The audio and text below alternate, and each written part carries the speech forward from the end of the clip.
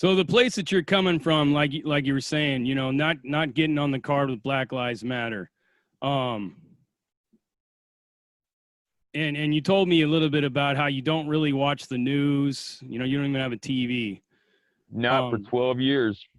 You know, we're talking about things that like could possibly re-trigger you, like things that can like uh potentially re-radicalize you with everything that's going on right now. Um, you had kind of some things to say about like how Black Lives Matter, how it could be counterproductive to fighting racism. If you can explain a little bit about that. Oh yeah. I mean, this is not the organization as a whole, but there are many people out there that are flying that flag, and they're doing some really shady stuff. Some stuff that's just flat out criminal. I mean, as much as going as far to pull a family out of their car stopped in traffic while they're protesting. Uh, or example I saw the other day, some group of black guys screaming Black Lives Matter while they're beating the living shit, pardon my French again, out of some young white kid who's helpless. He doesn't know how to fight. He doesn't know what he's dealing with. And that's not helping anything. That's just, if anything, that's going to drive more of a wedge between everyone. Do you think that white kid that got beat up could have potentially been radicalized into white supremacy at that moment? Depending on how he deals with it, it would not be a stretch if that kid found himself the next day in some jiu-jitsu school, and yeah, I've done that too, and proceeded to learn how to fight and look more into kind of what I did.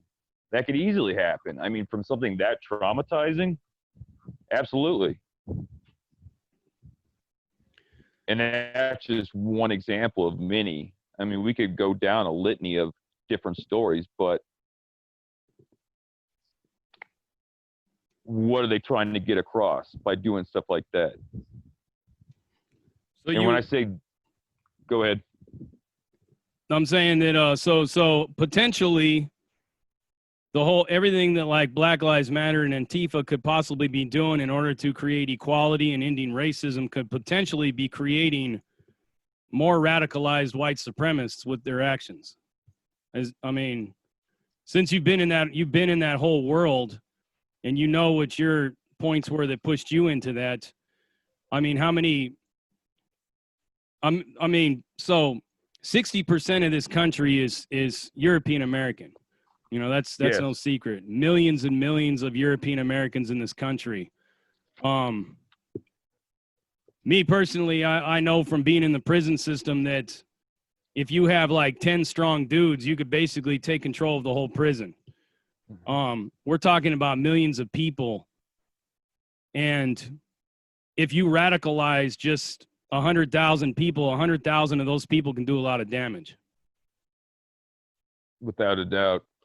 What kind of people is in the white power world? Because, you know, we hear the media and like the Southern Poverty Law Center will basically portray it as a bunch of, you know, overweight, undereducated, big belly, Budweiser drinking trailer park rednecks that are just, you know, so caught up in their low self-esteem and everything like that, that they're just woofing a bunch of hot wind and they're really not about shit. But what kind of people did you see in this movement? Quite the antithesis of what you just described. They were very well-educated, physically fit, well-spoken, well-read. Some of them versed in many different languages. And a lot of them can handle themselves. A lot of them understand psychology and tactics, which makes them so effective. There's all different types. And to dismiss the fact that some of them are, as you just described, the hillbilly hicks, white trash, hate to use that expression, but yeah, that exists. but that's not the core. Absolutely not. It's far from that. The guys that are running it, Yeah. they know exactly what they're doing, and they take very good care of themselves. Do you think that there could possibly be like a push for like subterfuge? Because I've met some people that are in that whole world, and a lot of them are very well versed in like Machiavelli and von Clausewitz, on war and the art of war and stuff like that. Mm-hmm. And usually there's a tactic that you throw out like all the weak into the front to kind of like confuse your enemy into believing that they're all like that. Do you believe that maybe they're using a lot of these types that we described, these overweight beer drinking dudes out of the trailer park, throwing them at the front to make it look like the whole organization is disorganized and just out of touch? Absolutely. It's a game of chess. You sacrifice your pawns first. Every single side of the aisle has what is called useful idiots. And that would be the white car's version of a useful idiot. The beer swilling, fat, drunken jerk off that goes to a rally with a Confederate flag or something that says F Barack Obama or whatever they come up with. Yeah, that's what they throw out there on the front lines oftentimes. Sometimes not. I'll admit there are some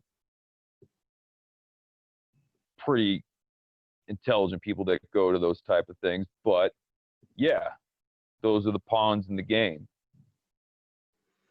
Those are not the guys behind the scene running things, putting up the websites, distributing literature, getting out there on YouTube, getting out there on social media, pounding the pavement, setting up concert events, setting up small independent record companies that promote white supremacy. That's what's behind it, as a movement at least.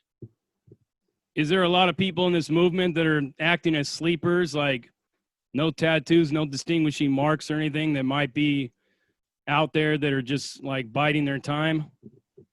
Sure. Yeah. I'm sure there's quite a few of them that I don't even know about.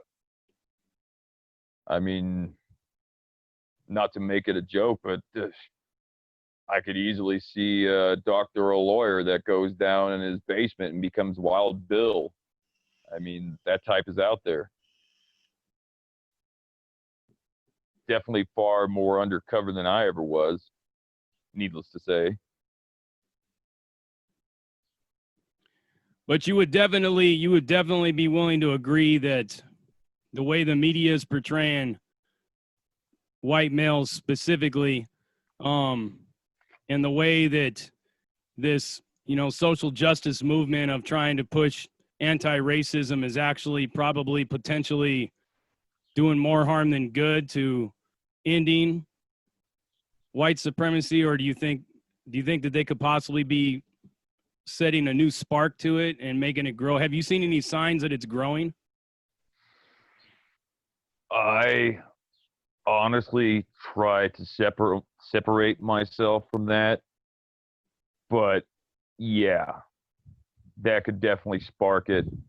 It's either going to go two ways, in my estimation. Either white people in particular, are going to become apologists and jump on the white guilt train, which is not the answer either. Or they're going to become more infuriated and more radicalized, and they're going to go straight against the grain in the face of Black Lives Matter and all that other crap. And it's essentially going to throw the world into chaos if it gets too bad.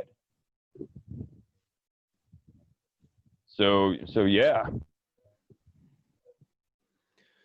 Yeah, I mean, I couldn't agree with you more. I think that I think people are they're kind of like poking a sleeping giant, because, like I said, they've believed the media hype has painted this picture of white fragility and white weakness, And it's gotten to the point now to where there are people that are connected with BLM that are pushing a form of like eugenics, you know, saying that the whites are subhuman and animalistic in nature, and that, you know, the fact that they have no melanin in their skin makes them unintelligent and weak and everything like that. I'm getting ready to do a piece on that, but that kind of rhetoric, that kind of language, I mean, I'm a very well-grounded, very self-secure person. You know, I don't have any real insecurities of any kind. I could get a little self-conscious about things that I need to improve in myself, but overall, I'm so well-grounded in self-security and free will and individuality that it's almost impossible to radicalize somebody like me. But I could tell you this, just from some of the language, the rhetoric, some of the videos I've seen, some of the things where I've seen like people sitting there kissing people's feet, and I've seen another one where like people were pulling their pants down a little bit and they were kissing their asses, you know. And I see stuff like that, and it kind of makes me mad, but it doesn't push me to the point of radicalization. But I'll tell you what, I could see how that kind of shit will radicalize other people, you know. And I don't know. I think me and you could both agree that if they really want to end racism and they really want to move away from this race war that everybody on both sides, and I'm sure you know that like both sides want the race war, you know. And it almost feels like what I heard from one dude. He considered himself to be a white nationalist. They said that they're not doing anything because they're just sitting back and they want this mass destruction. They want chaos and you know, all the buildings burning down, statues coming down. They want that to happen because they feel that that's just only helping them out more. It's actually making their cause grow, because this dude is like, we're growing more than you think. Like, we're not dying. We're actually growing. And the more damage that's being done is the bigger that we're getting. And that's why we're not doing nothing. We're sitting back until they come to our front doorstep. And you and I both know that hasn't happened yet. It's always destruction of inner cities, the communities and the businesses in inner cities hasn't really knocked at the door of where most of these people live. But what could we do to convince everybody that they're potentially creating more radicalized people than fighting against? What could we do to change that? Something very similar to what we're doing right now, making people aware of the psychological warfare and tactics that are being used. I mean, you could have people with similar stories as to mine go into public schools, talk to the most impressionable people of all us, and that's, you know, teenagers, to even children, because that's who are truly being preyed upon. It's not you, it's not me. We've already been there. We've seen self-wise, but things. So we, most importantly, have to reach out on whatever level possible, whether it be social media, going to community meetings, going to public schools, and letting people know what's actually happening, what's going on behind the scenes, not just what's portrayed in the media as one side against the other. One side is evil, one side is good, because there's a lot of gray area in there. And I know a lot of people are going to probably slam me for everything I've said, but that's the bottom line. It's not all black and white. There's a lot of underhanded tactics. There's a lot of really creepy stuff, and people have to get out there. And if you have, for instance, even more grassroots, parents talking to their children, warning them about this very potentially dangerous situation. and it could happen just like that. So those are the best ideas I could come up with off the top of my head. If you have any others, I'm sure the people out there would love to hear them. Yeah, I mean, well, just to let you know, right now you're breaking up really bad. Your image is actually frozen. I got Yeah, some I of can see that. yeah, I got some of what you said, but sometimes some of the sound went out. But Okay. um, What was the last thing you heard me say? I'm trying to wait to see until your image completely clears up, and I'll ask you the question again, Okay. and I'll cut that whole part out. But waiting for your waiting for your image to get back.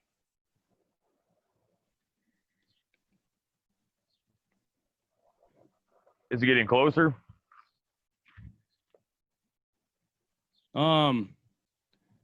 You're just your image is say something. Hello? Yeah, you're very, very robotic. Still off? I see you like, Okay. all right. All right, now say something again. Can you hear me? Yeah, I got you. All right. Right on. So let me ask you this. What could we do in order to teach the people that the tactics of trying to end racism are actually potentially creating more white supremacists with what's going on? What could we do to teach people that we need to go a different path, and what could we do differently in order to essentially stop a potentially dangerous situation that we're getting into?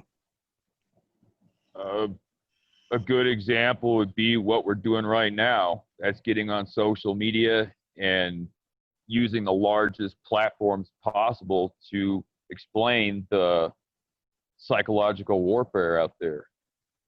And you could take that down to smaller levels, such as people that have a similar story as to mine going to schools and speaking to the most impressionable people of them all, the youth, or going to community meetings and respectfully presenting their stories and their point of views to educate people. And it also could go down to a smaller level as well, and that's parents speaking to their children or their teenagers saying, hey, this stuff is out there. You need to watch it because there's chicken hawks out there that will prey on you and try to use you. And it's not just in prison. It's out there on the street. That would be my best advice. I mean, on any level, whether it be social media, whether it be talking to your friends, talking to your kids, going to community meetings, anything, just letting people know that there is not just black and white. And I don't mean that as a pun. There's a lot of gray area, and that gray area, there's a lot of psychological warfare. There's a lot of danger out there, and people need to be warned. They need to be educated. They have to educate themselves. But first and foremost, they need to be informed. And that is my entire reason for reaching out to you. I think, what was it, a couple of weeks ago?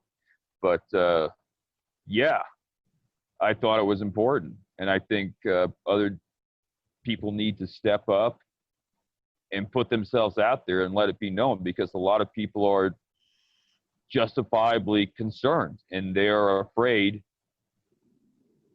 to put themselves out there. But you have to, especially the way things are right now. And that's my best advice. I'm sure you can add to it on some level.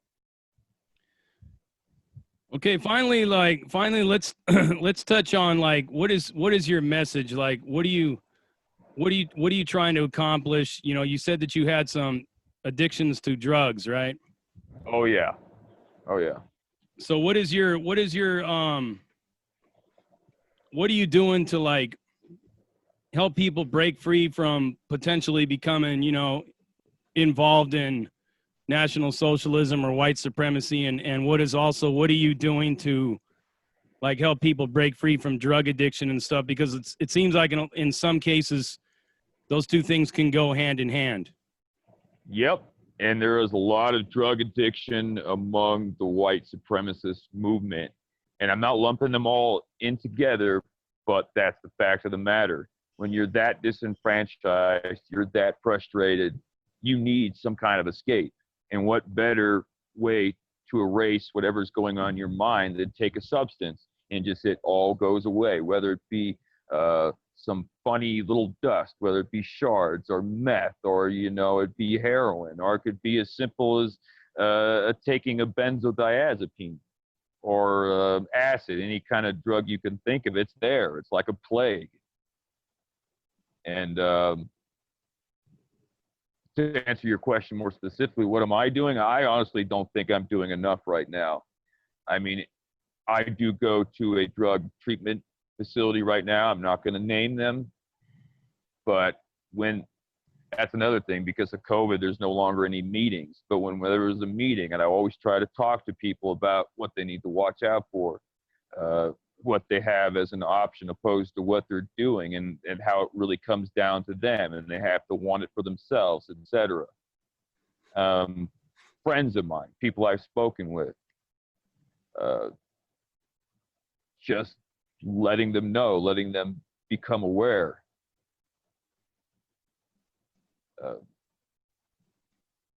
Essentially, it comes down to me trying to urge people to take a long, hard look at themselves and understand what's going on. And depending on how this is received, actually, no, I'm going to do it. I'm going to start my own YouTube channel, and I don't care what kind of hate or kind of backlash I get, because this stuff needs to be heard on a larger level. Yeah, definitely. I don't really see how you would really get too much hate. I mean, you left all that behind. I mean, you left the whole white supremacy thing behind. The goal basically with this project that I'm trying to do is to educate people on the opposite and on the left of how their tactics and how a lot of what they're saying and doing is potentially creating a vacuum of where many people, like I said, young white males, that could possibly be sucked into this whole white supremacy thing. And that's a can of worms I don't believe they want to open, I mean, I'm just keeping it real. I don't think they realize how dangerous it is what they're doing, and I'm all for equality. I'm all for fighting racism and, trying to understand more about the real definition of what they feel is systemic racism, and certain things that maybe I can add to it that can help them understand what I've seen by being in the justice system, things that have affected me in the justice system. I've never experienced any kind of benefit from my skin color when I'm, going to court or when I'm being charged with a crime.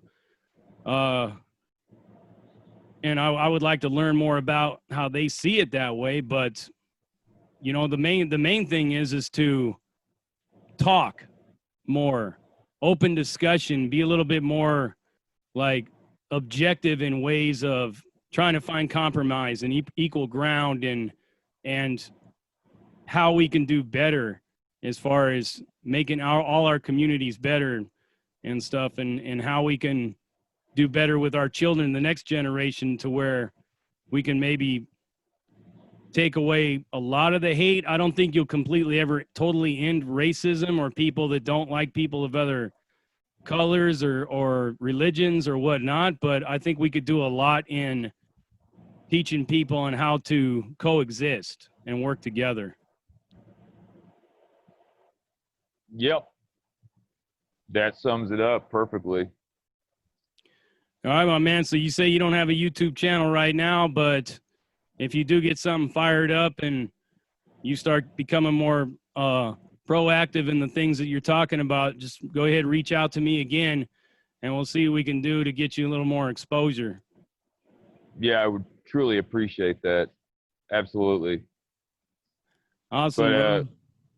yeah, before I go, I just wanted to say I truly appreciate the opportunity to come on your show and do my best to give a little insight into what's going on out there and what people can expect that may not be expecting it.